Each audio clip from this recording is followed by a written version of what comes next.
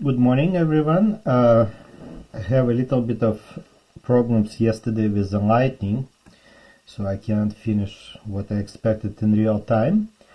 So today I would continue to work on lecture 3336, electromagnetics, and once I'm done, I would publish everything in one bulk, everything together. But I would try to push this section out as soon as possible because to give you ability to consume it in small chunks. All right, so yesterday a lecture was devoted to the something which called magnetic potential. You can find the notes online as well.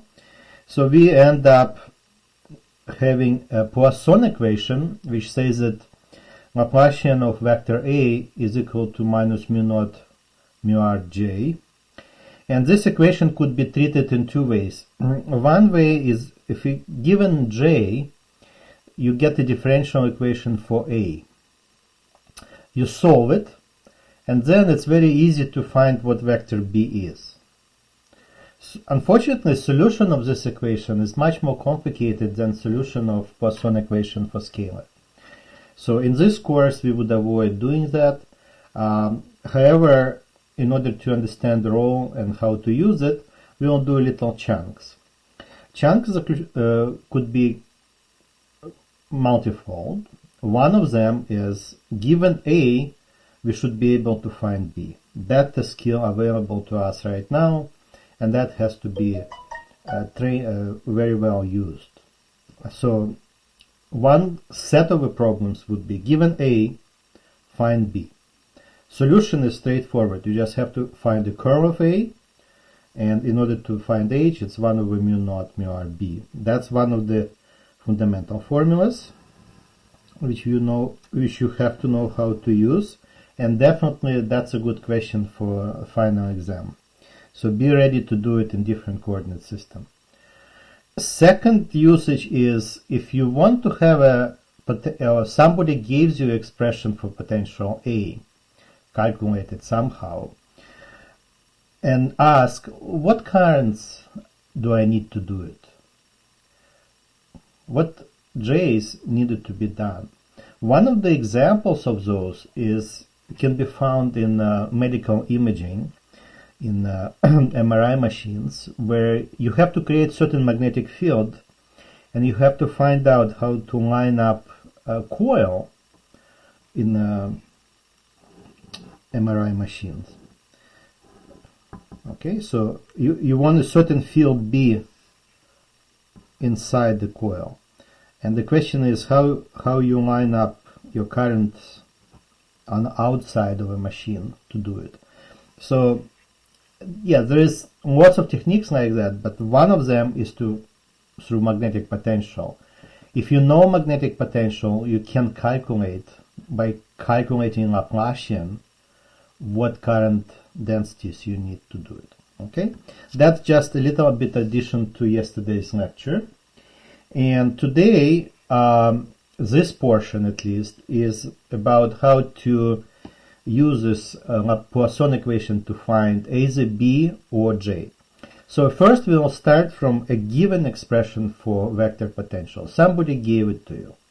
I find it in a textbook.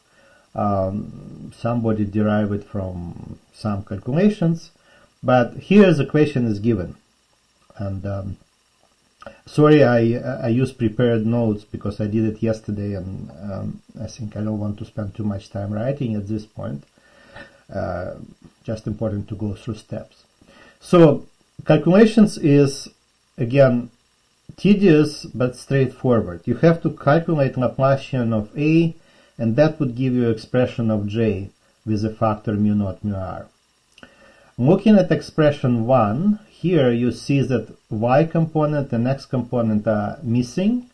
That equivalent to that they are 0. So vector A has 3 components in Cartesian coordinates: x, y, x, ax, ay, and az.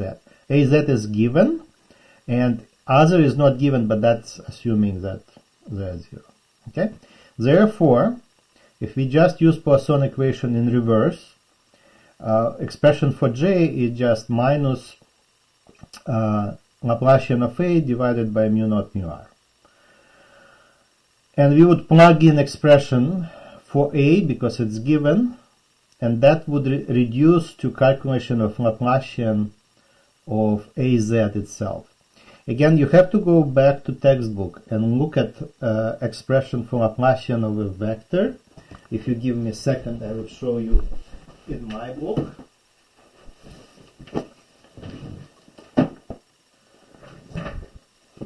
So if you look at the formulas, so here Laplacian of A in Cartesian coordinate of a vector is Laplacian of each component separately. Laplacian of each component is calculated according to this formula which you know from calculus. In other coordinate system, expressions are much more complicated. So you see it's not just Laplacian of component by itself. It has additional terms. That makes calculation a little bit more tedious, but nothing wrong with that. You just plug in the formula. It takes a long time. I promise I would not be so mean to make use such a long calculations. Okay, so we'll try to make it digestible. So go back to our notes here. So in order to calculate Laplacian of AZ component, we just use the standard formula for Laplacian in Cartesian coordinate system here. AZ, as you look at expression here, does not depend on Z, so this derivative would be 0 by default. Then taking derivatives gives us a constant, which is 2. So this derivative is equal to 2, this derivative is equal to 2, 2 plus 2 is 4, and that would cancel this 4. So in the end we would get this expression. As a result, current density, which creates the potential as given, is just uniform density in that direction. That's how that expression was derived in the first place. So somebody took expression for uniform current and derived potential and tell you, go and check if it's a valid current potential, vector potential. Now, in order to find B, again, we have to compute a gradient of A, the curl of A. So curl of A, because it's Cartesian coordinate system, is just calculation of a determinant. AX component is 0 and AY component is 0. And just again to give you a rule, in order to calculate curl in general, you have to evaluate determinant. In the first row you have all unit vectors. In the second row you have all derivatives, and in the third row you have to have components over vectors. That's a curl of A in Cartesian coordinate system. So these two zeros are because X and Y components are 0. Okay? So usually we calculate this determinant by expanding it along the first row, right? So what you do, you expand in terms of this row by taking element and then complement to it. That's something from calculus. Okay, and that's the full expression for that. Then you evaluate each determinant separately using, I don't know, I usually use a cross rule. And you end up with expression like this. So we started from Cartesian coordinate system, we end up with Cartesian coordinate system. This expression is correct one, could be used anywhere, but it's not very visual. It's very hard to visualize how lines of field would be, because it depends on x, y, and kind of difficult. What we can do is to convert it to cylindrical coordinate system. In order to do that, I multiply and divide by square root of x squared plus y squared, which is actually distance in cylindrical coordinate system from the point to the z-axis. And if you notice, this is expression for sine of phi, and this is expression for cosine of phi.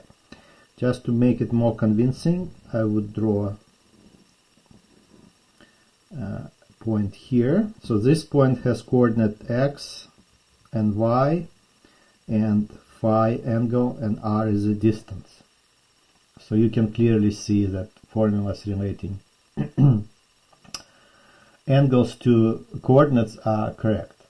But also what you would notice that this expression inside the bracket is expression for unit vector of phi. So if you again make a plot,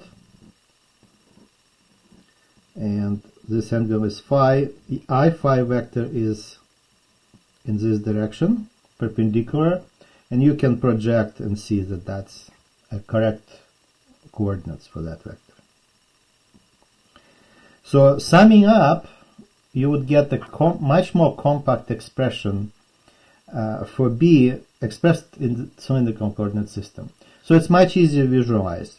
First of all, B increases as you go with R. The reason for that the field, the current density we have is infinite. It's not limited by a wire. So if you have more radius, you enclose more current, okay, and that makes the bigger field. Current is constant, current density, sorry, is constant, so area increases as r squared, right? Circulation increases as r. So the ratio of flux over h circulation is times r. So that makes sense, and we will see it in the next example. And of course, B is a phi direction, which is consistent with encircling current. Okay, so just to summarize what we did here is we take a vector potential A. We started from expression for vector potential A. We calculated curl of it, which gives us exactly expression for B. Most of the work here was to calculate that curl. Okay. And to finish up this section, we will do the same problem using circulation law. In other words, now we start not from potential, but from current we find the first problem. Okay, remember it was uniform current. So we would choose a contour which is a circle of radius r, as we did before. We would guess that magnetic field is in phi direction because it has to encircle the currents, right? So the coordinate system looks like this. X, Y, and Z looks upward. So it's a top view of a sort. So going through standard steps, we did a couple of times. H is a constant, may depend on R, and points in phi direction. On a circle of radius r, it's a constant. So when you calculate circulation, it would be 2 pi r h phi r. Now, in order to calculate amount of enclosed current, you have to calculate flux. Current flows in that direction. That means that ds as a vector is equal to r dr d phi iz. Okay, and that's what my ds is here. And if you calculate integral, honestly, it would end up being minus pi r squared j naught. Equating circulation and enclosed current, we would get equation for h phi in this case, and that would give us expression for H and corresponding expression for B. As you can see, that's exactly the same expression as we get through potential. In this case, it seems to be a little bit simpler to do it through circulation, but that's because of very symmetry of a structure. For complicated structure, it might be beneficial to calculate everything in terms of differential equations. Okay, we will not go that far in this course, but if you go to advanced studies, that's probably what you want to do. Alright, so we did a couple of examples of what potential could be used for, and it's time to go further in next chunk. Thank you.